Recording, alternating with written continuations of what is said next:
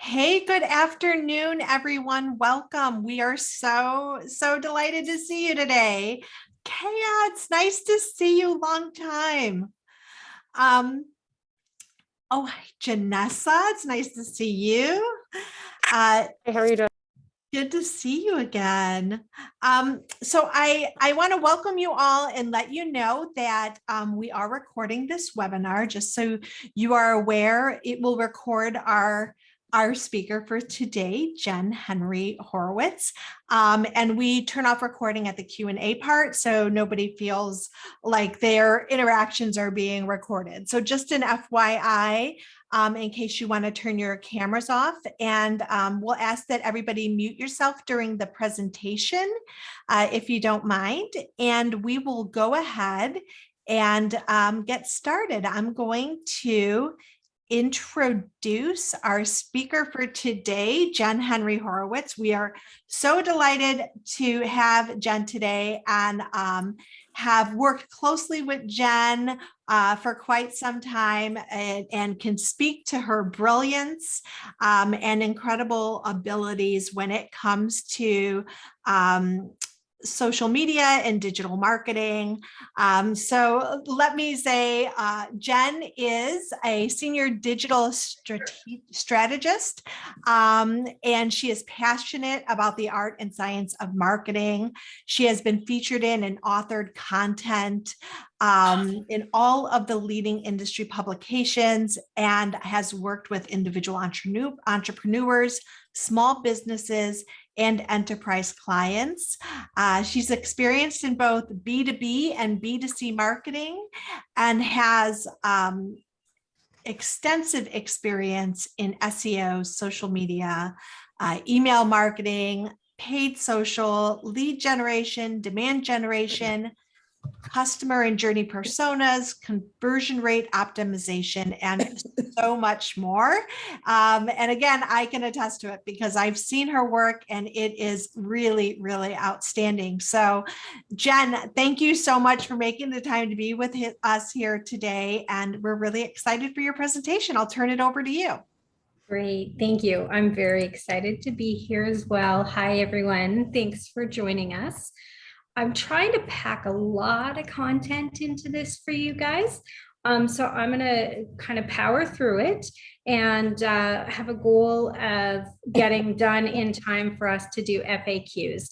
If it doesn't work out that way, if there's some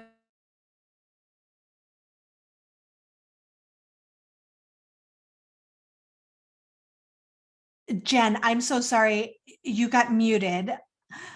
Can you unmute yourself and back up just a little bit? Yep, sorry. So I'm not sure when I got muted, but I was saying I have a lot of content that I really want to power through for you guys today. I want to get you maximum amount of info. So I hope to also be able to fit in FAQ. If not, we can figure something out. I'm going to give everybody my contact information. I'm going to be sharing a worksheet with you. Probably tomorrow we'll be able to get that over to you. I have to coordinate with Gina about the mailing, but I'll be sharing a worksheet that has some of the key insights from this presentation, so you don't feel like you have to scramble to take notes. So to get started, I want to talk about the foundation. So much like anything that you're building, really, the foundation is really the key to this success. If you don't build that strong foundation, things can topple.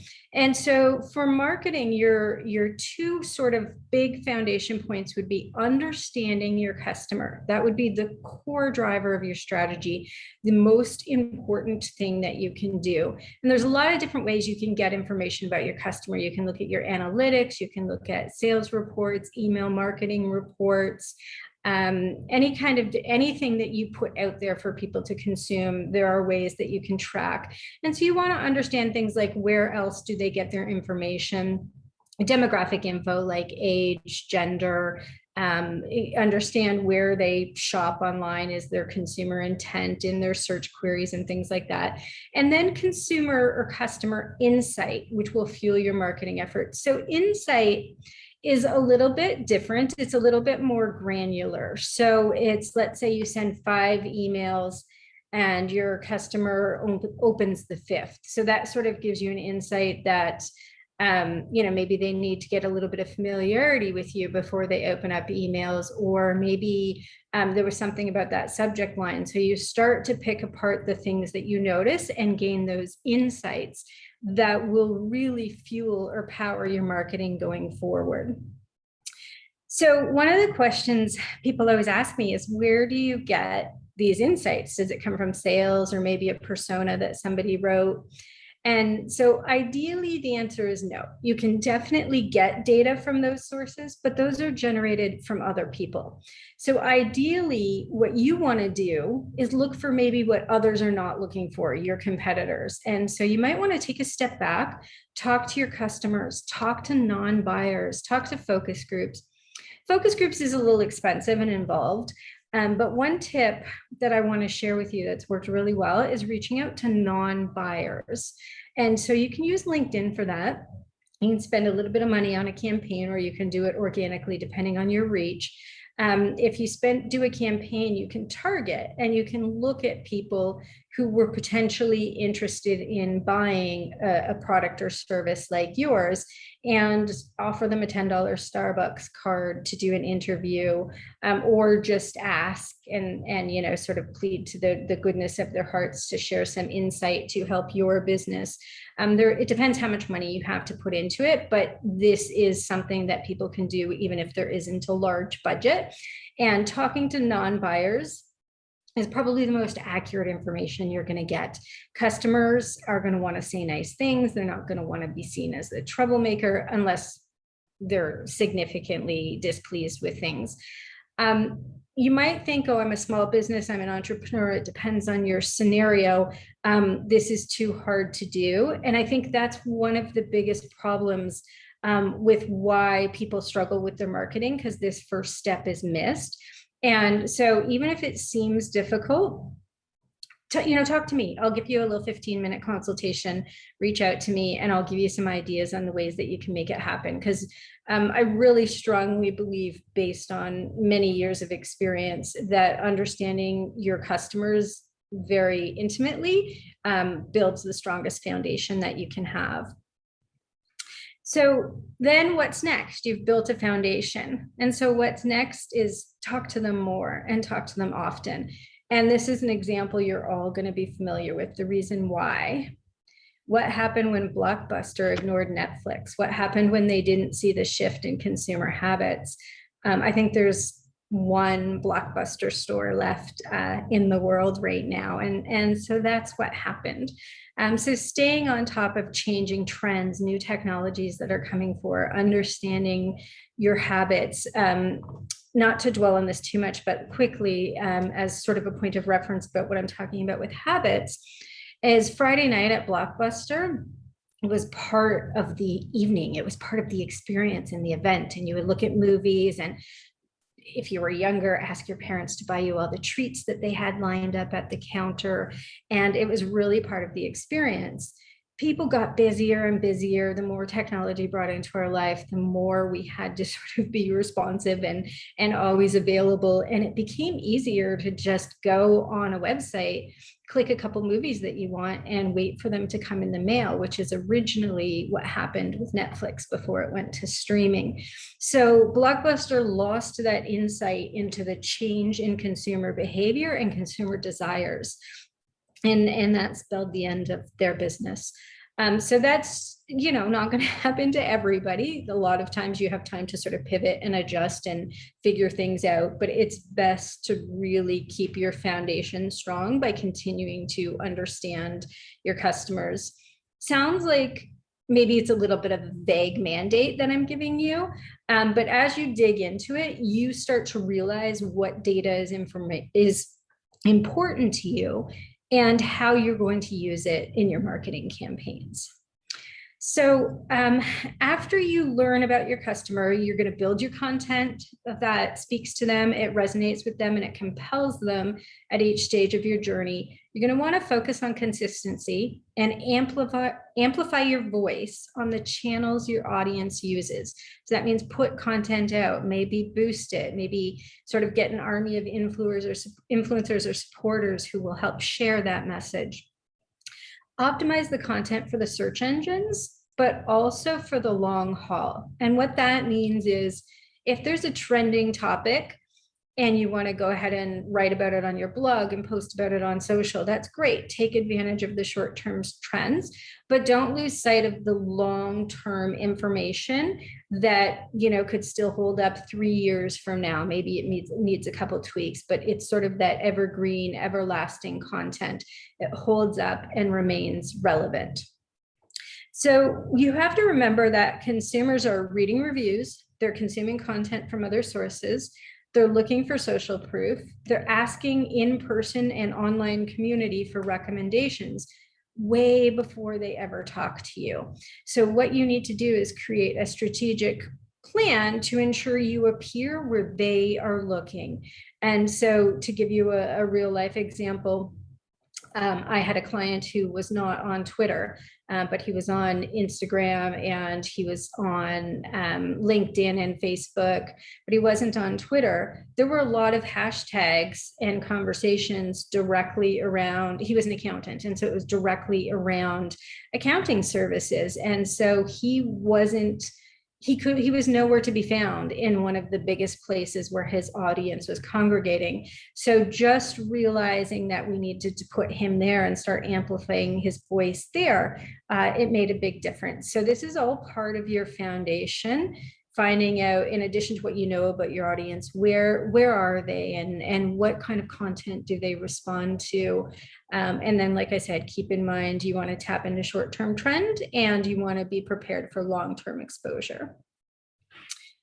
Next, a big thing that comes up in marketing is, I call it conversations and stories because that's a lot more direct, but it might be called your messaging, might be your tone and style, tone of voice. And so I'm just keeping it real simple. Conversations and stories are crucial tools in your marketing arsenal. If you think about it, ever since we're little, we're raised on stories and we look for ourselves in stories. We look for the message in stories. Children are taught a lot through stories. That doesn't change. We retain that as adults. And so using stories in your marketing is really an effective way to get through to your audience. And so what you need to ask yourself is, what conversations are you part of? What conversations are you missing out on? And what stories can you be sharing? And I'm sorry, that last one is not coming up, but the third one is, what stories can you be sharing? Multiple conversations on multiple channels should be happening all the time.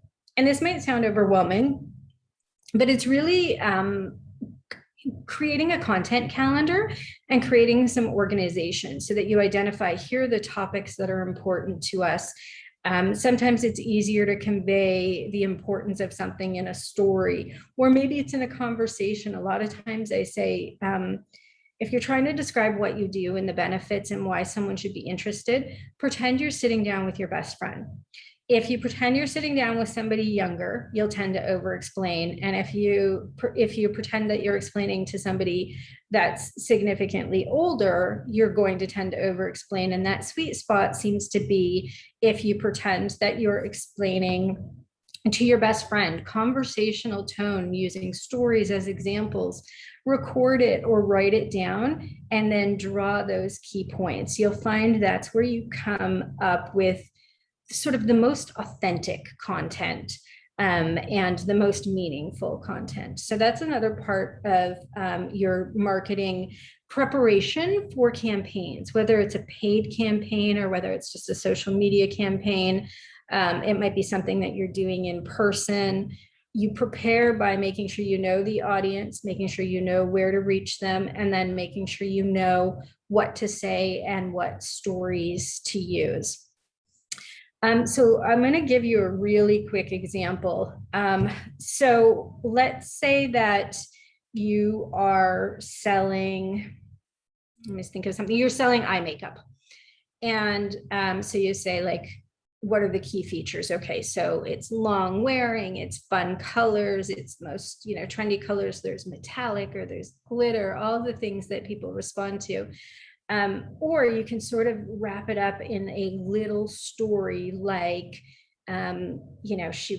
she was ready to go, confident, at the sparkle in her eye, and as soon as she walked into the restaurant, their eyes met, and it was love at first sight or something. So you tell the story of her wearing it and experiencing the product versus focusing on the features.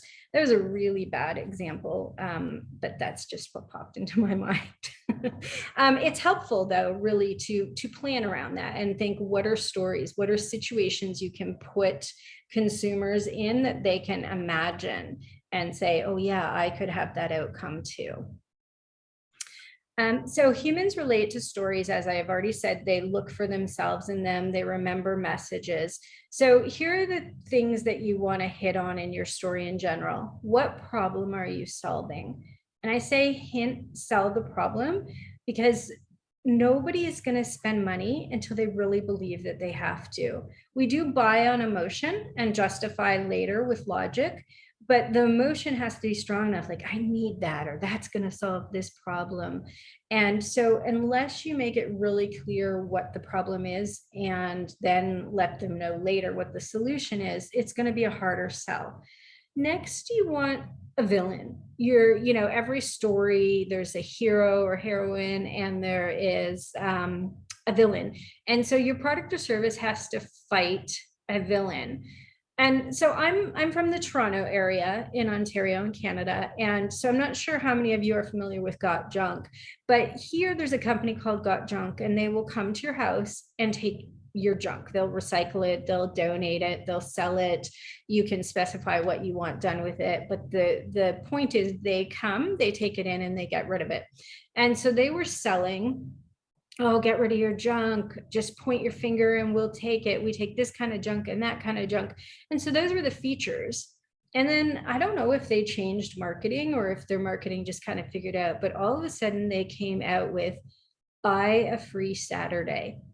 That's what you're going to get. If you hire us, you're going to get a Saturday back in your life. And that is worth something. Nobody wants to spend a Saturday in the garage when they could spend whatever amount to have somebody take care of it, and they've gotten a full day back with their family or friends. And so what the villain actually was here was the time suck that the clutter takes. And so taking that approach, and instead of focusing on the clutter being the villain, focusing on the loss of time as the villain, gave them a much more compelling story and marketing campaign. Then you talk about the solution. How does your product solve the problem you laid out? What are the benefits? And so my hint here is be sure that you understand the difference between benefits and features. And so in case we don't know, I'm going to do a quick rundown. And the example I always use is a vacuum cleaner. So these days, vacuum cleaners have all kinds of little attachments, and there's this triangle one, and it allows you to get in the corner and vacuum in the corners really easily. And so that's what a lot of vacuum companies are saying. Oh, check out our triangle, attachment. You're going to love how you get those corners clean. And that is the ultimate goal. But a benefit relates to emotions. And so the true benefit of this is don't hurt your back trying to get down in the corners. Don't give up on them because your back hurts and it's taking too long, but then you secretly know in the back of your mind your room isn't as clean as it could be. Save time, get it done quicker with this attachment. So you're eliminating pain, you're saving time, and you're giving them more peace of mind.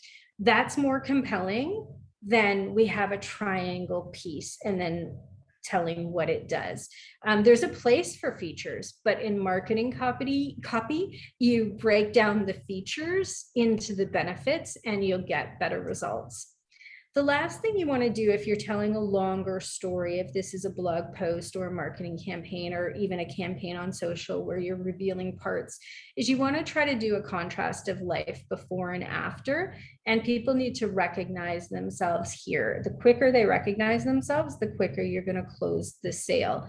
And so the example with the vacuum cleaner might be, showing somebody dripping sweat, huddled over, back hurting and still like a little piece of dirt that they're not getting to or something. And then the after is somebody just quick and easy getting in and out of that corner and it's sparkly clean. And so when you paint that picture, it's kind of hard to say no to that. I mean, obviously there are finances and people have limitations.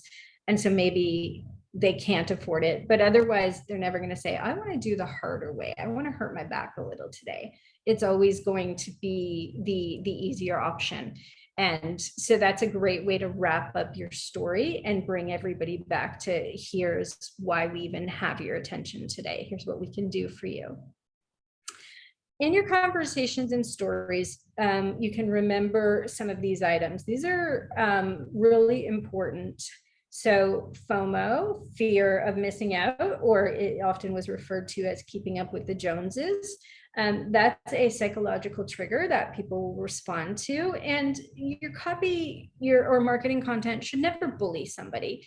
It's not aggressive and being mean. It's just reminding them, like, a lot of people are checking this out. Have you guys seen it yet? Kind of thing, whatever works for what you're marketing.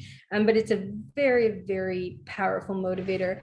In fact, the fear of loss or fear of missing out is a stronger motivator than the fear of gain, so then the joy of gain. So for example, you could say, get this today, you're going to be so happy. And so that's kind of the joy of gain. Or you can say, don't miss out, it's going to be gone soon. And the don't miss out is going to be the stronger motivator. It's the strongest motivator for humans, fear of loss or fear of missing out. Social proof. So social proof we're all familiar with from dental commercials. You'll hear 4 out of 5 dentists agree. As humans, we're sort of pack animals. We look to what each other is doing to sort of inform what we should be doing and see if we're on the right track. So things like 4 out of 5 people agree. Things like, 7,554 people are on our mailing list. Join our mailing list. It shows them that other people have taken this action before them. And so it feels a little bit safer, a little bit more comfortable. Under social proof, there's something called the halo effect. And so that's taking somebody or something that has known and accepted value and sort of letting the light shine on you. And so an example might be in shoes. The biggest example is basketball players. So there's a Kobe Bryant shoe, there was Michael Jordan shoe, LeBron James shoes. Putting these players' names on these shoes, it's taking their known value and spreading it over the shoe. And then the shoes are already have their own known value from the brand. So they've kind of ramped it up even more. Social proof might be something like, if you're not enterprise and you're on a smaller scale, it might be, again, just including the number of people on your mailing list, or we've helped this many people with this problem. You can always find a way to get some social proof, and it should always sort of sit in the background. So it might be on the bottom or the top of copy. It might be on a graphic. It doesn't come across as, hey, guess who likes us, or guess how many people like us. It's not loud, but it's visible. And so usually it is in a graphic format with maybe a little bit of text. Pricing is something everybody's always going to respond to. So people will actually pay more for something free. People will pay more for a better customer experience. And people will respond to sales, especially sales that have an end to them, because it creates scarcity and urgency. So giving people a reason to act now rather than later is also another psychological trigger. And again, you want to relate to your audience. So you don't want to be like, get it now, or you lose out. It's all in how you present it. It might be 15 hours left or only 7 left at this price or whatever is relevant. So it creates the urgency, but it doesn't create a negative feeling. Guarantees are also beneficial. The biggest benefit of a guarantee is the peace of mind that, okay, I'm not sure if this is going to work. And so if it doesn't, I'll give it back and I'll get my money back. And if it does, I'll be happy. It makes it really simple for them to make the decision to move forward. Persuasion triggers. So there are things that you can do to get somebody to act now. So one of them might be an example of, okay, so right now, you're getting ready to go to the cottage and you've got 20 bags and 2 coolers and 3 kids and a dog, and you got to get them into the car. Or you can buy this one thing that you can load everything in and strap it on top of your car, and you'll be ready to go in 15 minutes, no stress. And so you're persuading them by hitting them with their pain point. So in that case, the pain point is the stress and the time. If you were selling the vacuum, again, the pain point might be that there's some physical hardship on the body, the time that it takes, that kind of thing. So you find what their pain point is and you use it to persuade them to act, show them what they could have. Another big one is the reason why. And so because, and we're sort of starting to run out of time because I'm talking a lot, I'm trying to share so much. But I'll just say people are more likely to do something if you give them a reason why. There was a study done years ago with people photocopying in a library, and they had somebody trying to cut in line to be able to get their turn faster. And the study found that when they gave a reason why, even a ridiculous reason why, they were way more likely to be able to cut in than if they didn't.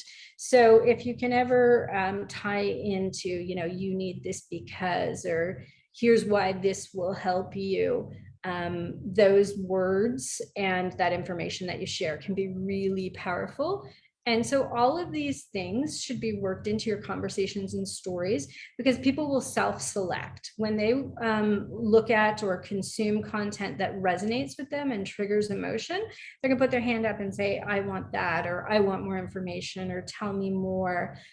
So you want to always focus on that. And this applies whether you're writing an email, a web page, a blog post, sales copy, ad copy, social copy. You can work some of these in. Be careful. You can overdo it if you do too much. So the best thing you can do is read your content out loud. You'll hear if it's, if you're pushing it too far, if it's too hype, if it's not relatable, if it doesn't sound natural. We process content differently when we read it out loud than when we just, read it in our head. So make sure you take that last step to make sure that you're using these in a natural way. Setting up a successful campaign, the very first thing I want to say, and probably the most important thing, is this quote from Winston Churchill: success is not final, failure is not fatal. It's the courage to continue that counts. This is so bang on for campaigns. Just because you have a successful campaign doesn't mean it's always going to be successful. You have to monitor and optimize. If you have a campaign that you're seeing as a failure, it's not fatal. It's not going to kill your business. You're going to stop, you're going to optimize, tweak, and reapproach it. I understand budget is a cost. A lot of my career, budget is an issue. A lot of my career, I have worked with entrepreneurs, home business owners, things like that. So I understand. And that's why you want to do as much of the prep work in advance. And then you want to monitor the results, see what you can learn. And if you have to course correct, then you can do so and you can give it another shot. So this is sort of your quick checklist. You want to spend as long as it takes to build up your audience and fine tune your targeting. So if you're doing like a social campaign or even mailing to your mailing list, you can segment your audience, you can fine tune. So don't rush that one. Getting the right message to the right people is really important. Next, you want to stay true to your branding. And this isn't just logo, colors, and font, but this is your story and messaging too. If you're hoping for brand recognition, the best chance of that is having consistent storytelling, conversations, messaging, as well as the logo, font. People start to relate to it. You want to build a story. And if you're doing an ad campaign, it really starts from the ad and it flows to the landing page, the thank you page, any emails they get, anything they might download. You kind of have to storyboard it out and say, okay, here's their first point of contact. Maybe they've seen us before, maybe they haven't, but this ad is the first point of contact in this journey. What happens when they go from the ad to the landing page? What is there that's consistent that makes them still feel like they're in the same place and safe? And then what can you say to build onto the story to make them take the next step? If the next step is getting them on an email list or getting them to download something, you have to think every step of the way, what am I carrying over that's consistent, and what new value am I adding, and what call to action am I adding to push them through to the next step? Then you want to take some time to consider your medium. And so if you're using social campaigns, it might be a single image, a carousel ad, which is multiple images. It might be a video ad. So if you have a little bit of money to spend, you can test to determine what works best for you. There are a lot of message groups on social media, or people like myself that answer questions on social media. You can do research, what is typically most successful, and then test it with your audience. When you're doing an ad, your number one goal is what I call going for the pause. Somebody is scrolling through a website or a social platform, and you need them to pause in order to read your message. And you actually have 13 milliseconds to capture their interest. So what that means is it's the visual, it's the image. And then once you've got the pause and you've caught their attention, there might be some text on the image. It's going to be text above the ad and below the ad, usually depending what platform you're using. So go for a strong, compelling, relatable, maybe sort of interesting or thought-provoking image. And then from there, your calls to action should speak directly to their pain points. So again, thinking about the vacuum, the pain point is not getting the corners clean, not really. It's the stress on the back. It's the stress that knowing that room isn't completely as clean as it can be. It's the stress of how much time it's going to take. So you have to really understand the pain points and then create a call to action that speaks to them. Your landing page should sort of finish the story, although there might be emails and assets and things that they can download. Once they've gone from ad to landing page, they need to at least be able to see a solution. You might go in more detail on the back end through an email campaign or a white paper they download, but you need to finish that story and really compel them to act. Every campaign asset should be meaningful and purposeful, nothing ornamental. So I've been guilty of this early in my career, these so-called ornamental assets. So it's something that they download and it has logo all over it and branding. And then it talks about all my experience and all the clients that I've helped. And I did a campaign where I worked with a lot of therapists. And so I wanted to attract more therapists. And so I created essentially like a one-pager saying how great I am. And this was very early in my career. And that was ornamental. That didn't really add value to them. What would be more valuable to them maybe is understand why I know how to help therapists with their marketing. What do I know that other people don't know? So in other words, I'm not making it about me, I'm making it about them. And so that makes it meaningful and purposeful. I won an award. I was featured in this magazine, that magazine. Those things can be little side things in the footer and a sidebar, but that's not something that I would do as a main piece, because that's sort of ornamental and very, very promotional.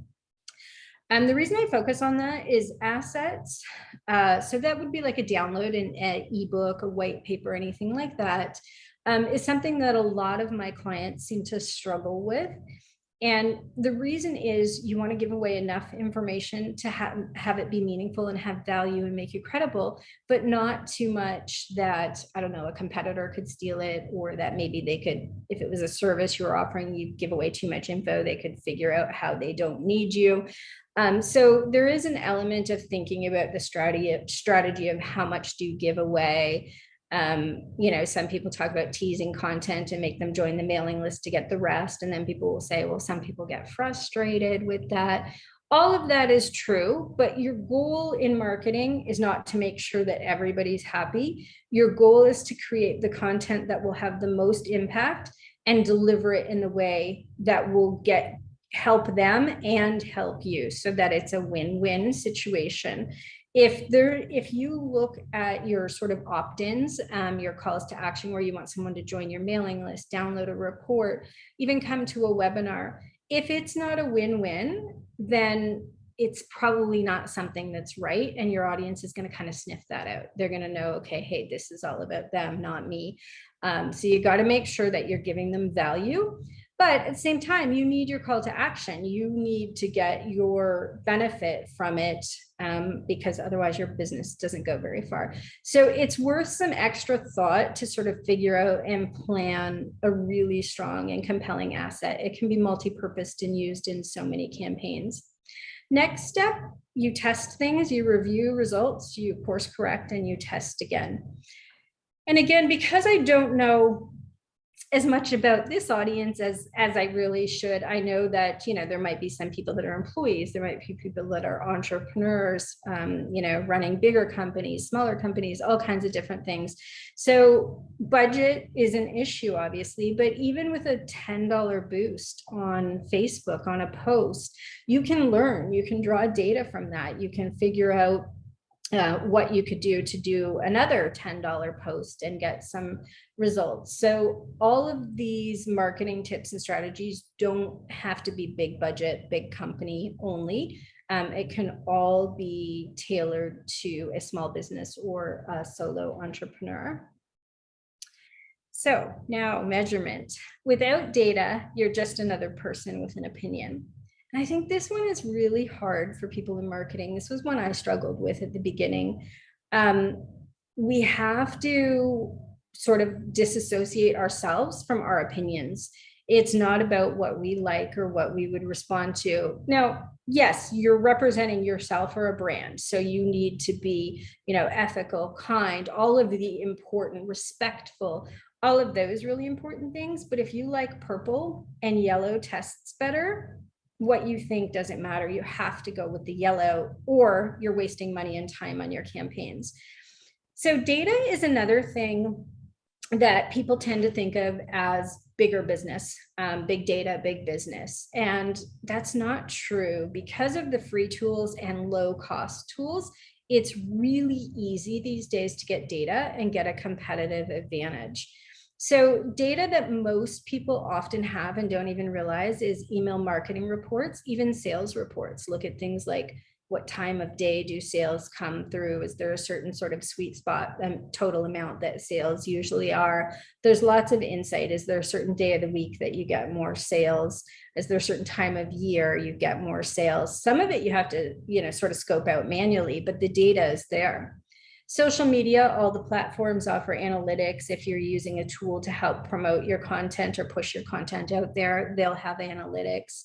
There's streaming data from connected devices. So, if you run a salon or any kind of really business where somebody's going to come in person, you could offer free Wi-Fi, and then you could pull information from what they use and stuff on that Wi-Fi. There's publicly available data, so things that you can just Google. Some of it's free, most of it's paid, but you can really buy pretty much anything. It's a little scary, but from a marketing perspective, it's very helpful. With just a phone number, you can get a ton of data about a person if you are willing to buy it from a data source. And then there's data from plugins, apps, and tools. So do people, even white papers, PDFs, webinars, you can get data. How long do people stay on? Do they drop off? How many people watch the replay? with a PDF, how many people downloaded it, depending what platform you're using to serve content, you can often find were there repeat visitors, was it shared? So you can start by looking at the data that you have. At a bare minimum, you should have Google Analytics, or if you have some other paid platform, that's okay too. But the insight that you're going to get from data is so valuable. So data uses. So from an operational standpoint, you can use data to reduce costs, to increase efficiency, identify weaknesses or failures, identify and prevent fraud, increase operational efficiency in an organization as a whole, optimize pricing, make smarter business decisions. This is typically more at the enterprise level, this type of data. But at a small business level, you can get information just from things like tracking time spent or money spent, and then the return from that time or money. You can figure out if it takes you 5 hours to write a blog post, and you can find somebody who does it reasonably in 2 hours, that it might be worth putting that cost out to save yourself that time. So that's helpful information. In terms of product, you can get information from consumers, what products are bought, how they're used, feedback on social media, to design new products and services or add new features and benefits. Or actually, I didn't include this, but call attention to new benefits that maybe you hadn't been.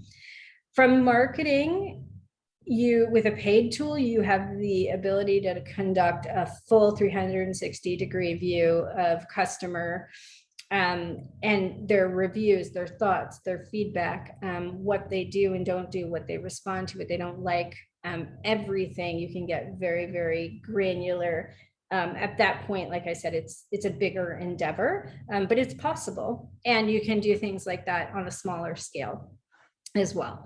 You can increase campaign results, boost your return on investment or return on ad spend by getting more data. You can inform your content strategy. So let's say that you take a look at your blogs and you see your top 5 blogs of all time are about only 3 topics. And so you can say, okay, I'm going to focus on these 3 topics more. Alternatively, you could say, I need to increase my reach on other topics. And so you can do a push on other topics using the existing topics to kind of tie together and bring people in. All of that can help you improve conversions. You can map your customer path. You can fine tune your audience. And so the goal of all of this data mining is to find actionable insights. So let's say map my customer path.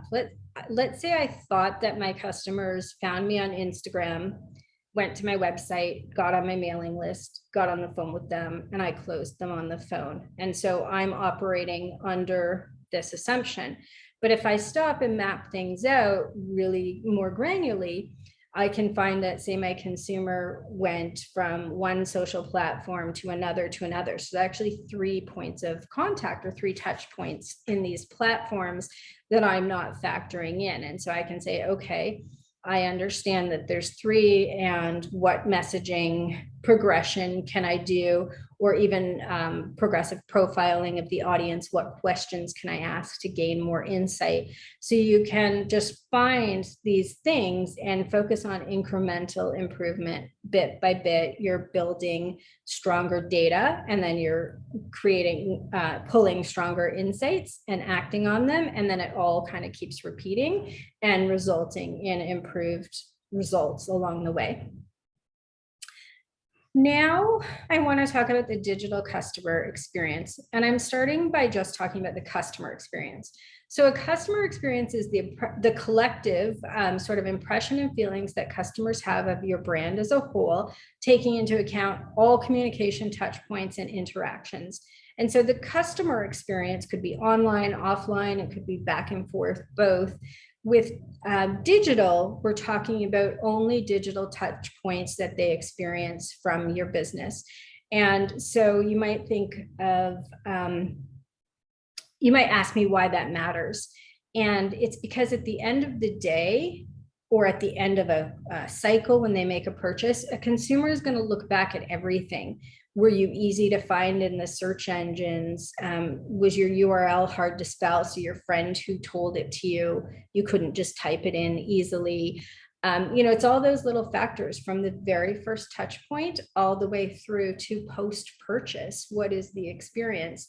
And it's significantly more cost effective to get repeat business, get referrals, retain business than it is to acquire new business. And so that's why the digital customer experience is so important. And if you take that moment to be really mindful of, like we talked about before, the whole ad experience from ad to whatever the final step is, you're going to find that you'll be able to generate new customers and you'll be able to reduce your churn or increase your retention of customers. So it's really kind of a foundation of what we're doing today in marketing. It looks like I have more to share. So it looks like we may not get FAQs, but like I said, we'll figure something out. I think this information is very important to share. So the people in your company or yourself, plus the communication that happens, whether it's digital or verbal, plus the product or service, all of that equals the customer experience. Everything is going to sort of swirl around in their mind and determine what they think of you at the end of the process. Digital transformation and advancing technology, things like artificial intelligence, have created more touch points that we've ever seen before. And so here are some samples of some touch points. It might be the search engine results page when they first find you, a website, an ad, a chatbot, an e-commerce store, email, SMS, text message, social media, mobile type platform, voice activated or Internet of Things devices, or any artificial intelligence powered apps and systems.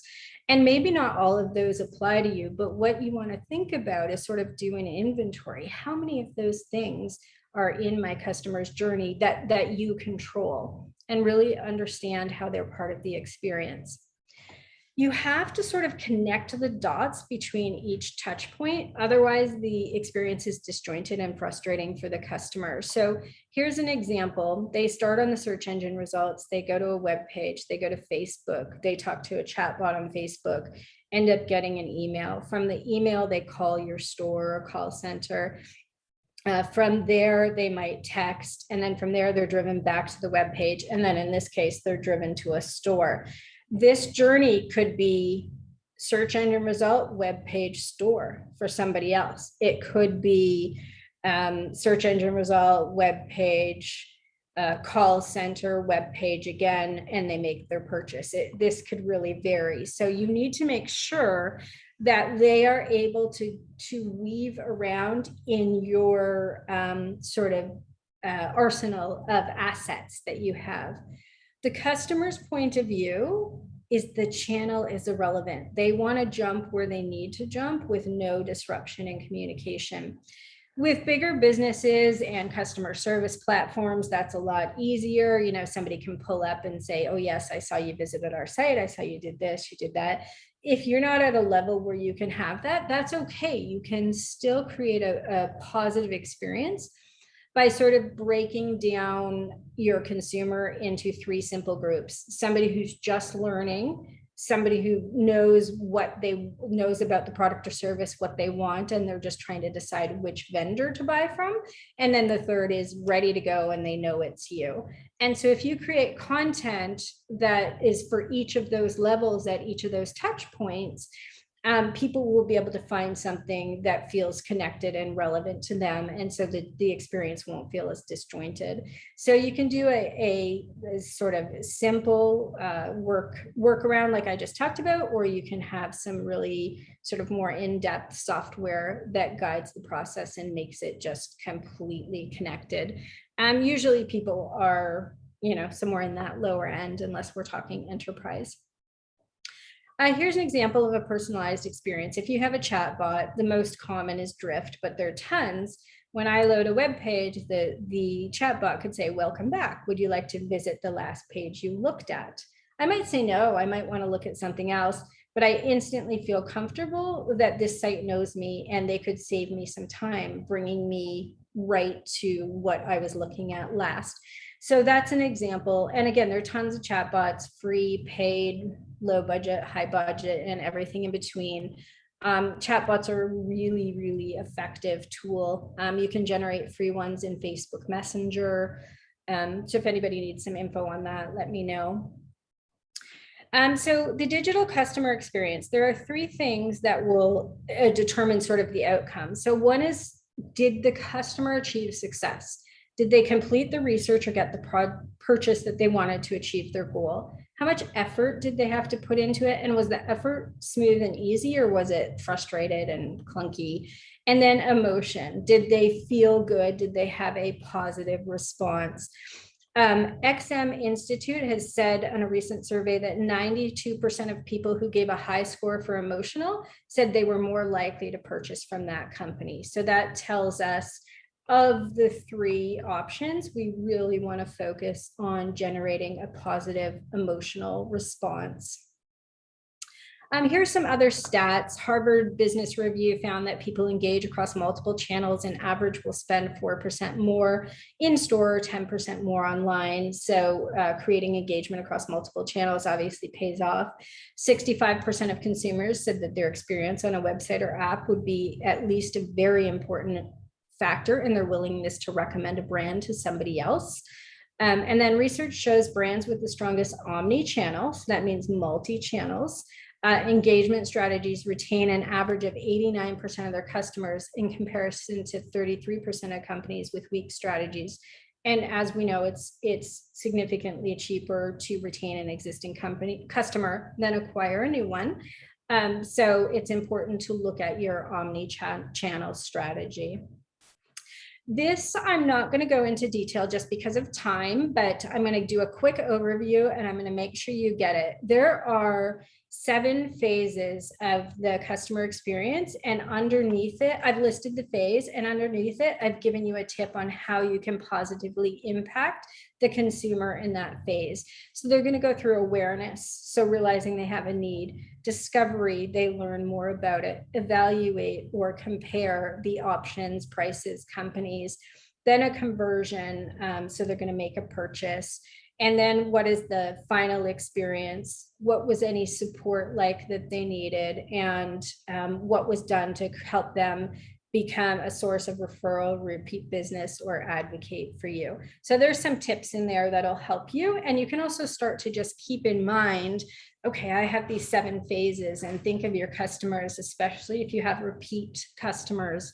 What would they do in this phase? What would they be looking for? What would make them unhappy? What would make them happy? And now this is super important. Can you clearly articulate your digital customer experience from the eyes of your customers? So not what you think it looks like, but what you think they experience. If you can't, you need to find a way to be able to do that. You need to be able to understand and see where there's going to be friction that might scare them off or slow them down. See where you're creating happiness and where you can do more of that. If you did nothing else but this, you would improve your conversions. People, we're in the gig economy, we're in the experience economy, we're in the subscription economy. There's lots of names, but they're all true. And the fact that we're in this experience economy, time and time again, we're seeing that people will pay more for a better experience. So same product or service, but better overall experience, and they'll pay more. That's how important it is to them. So like I said, if you focus on nothing else but this, it's going to give you a boost. So again, the takeaway is everything that I've just said, but digital is your stage, it's your platform. It's a way that you have a whole lot of free or low cost options to show what you stand for, what they can expect, and how much you value them as a customer. So we really have unprecedented opportunity to sort of ramp up our results now by just constantly keeping customer experience, specifically digital customer experience, in mind. Last thing, one of the biggest trends that we're finding is care. The company that cares the most, conveys the care, connects the audience, offers value, and are consistent in all of these will win. Meaning lowest price isn't going to win against a company that shows a lot of care and support.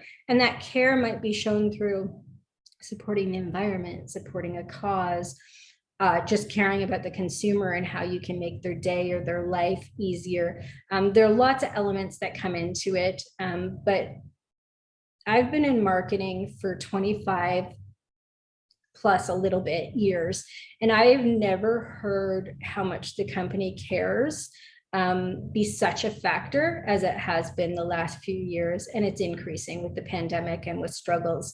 And so this ties into the digital experience. So look at how you can give some insight into the company behind the scenes. What do you guys care about? How much do you care, and how can you convey that? A little bit of background about me. I will make sure that you have my email and have my socials on the stuff that I'm going to send out if you want to connect. And I know I'm really running out of time, but I just want to say I've worked with the Institute in different capacities, and every experience has been inspiring. It's helped me grow. I've made friends. I've made connections that have helped me in business. So a big thank you to the Institute for having me today, but more importantly, just for existing and doing what you do for women, because you guys are incredible. Thank you, guys. Jen, thank you so much for this wonderful, wonderful presentation. I mean, you offered such great content here and so much for us to think about, so many takeaways, which is really, really fantastic. I know we're always thinking about social media. It's like impossible to exist today without really engaging with those platforms and using digital media to connect with our communities. So thank you. This was wonderful. We have about 2 minutes in case anybody has a quick question you might want to jump in with, or share any comments. You are totally welcome to unmute yourselves and share. And Jen, if you want to go ahead and do a stop share on the screen, that would be great. Yeah. Let me say real quick that a lot of this might feel sort of abstract to people, and to a certain extent, some of it was. Like, I didn't say create a social graphic that looks like this and includes these elements. I didn't get into precise details. The reason I covered this is because this is the stuff that's most often missed. Everybody can Google how do you create the best social post or what elements, but it is this foundational and really thought stuff that can have the biggest impact. And so that's why I chose to share that with you guys today. So I hope you'll dig in on some of this. It really makes a difference. Well, it was fantastic. And I just want to say, I love that you used the Blockbuster example. And as a non-child, I was always trying to get the goodies in the goodie aisle. Yes, I know, me too. All right. Thank you, everyone. Have a wonderful, wonderful rest of your week. Remember that we are offering a great session tomorrow on just how to navigate the Institute and understand the resources we have that you can take advantage of, and just a space for you to connect, get to know us, ask any questions you might have. So if you're available, please do come. That's at noon tomorrow. Check out our upcoming events. Be sure to connect with us on social. We'd love to connect with you there. And again, have a great week, and we look forward to seeing you soon. Bye, everyone. Bye. Thank you.